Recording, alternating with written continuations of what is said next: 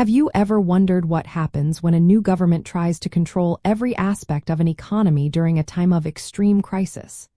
The early Soviet state faced this very challenge, and their solution, known as War Communism, while intended to save the revolution, ultimately led to profound difficulties.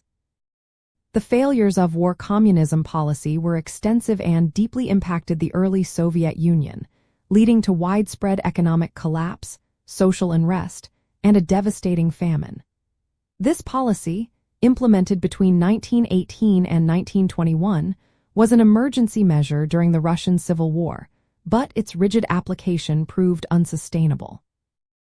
At its core, War Communism failed because it fundamentally disrupted the natural incentives and mechanisms of economic production and distribution.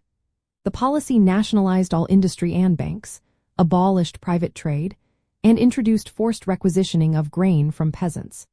This centralized command system eliminated any personal gain from increased output, leading to a dramatic fall in agricultural and industrial production.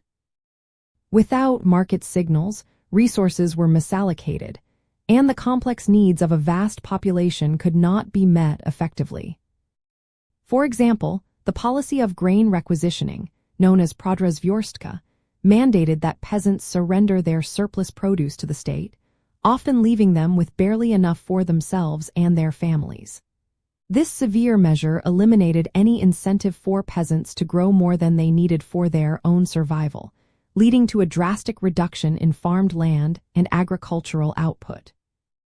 Moreover, the abolition of private markets meant there was no legitimate way for urban populations to acquire food, exacerbating hunger in the cities.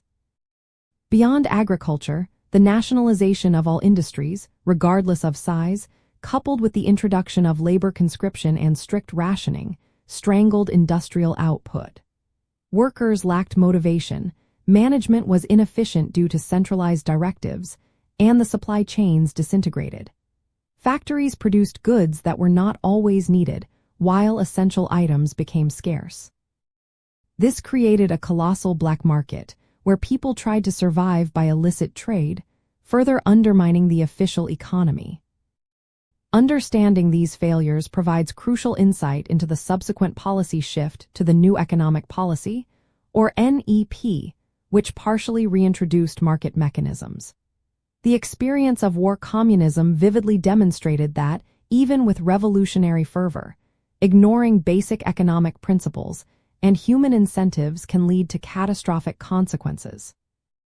It highlighted the immense difficulty of transitioning directly to a fully state-controlled economy without a developed industrial base or the necessary administrative capacity, leaving a lasting lesson for future communist experiments.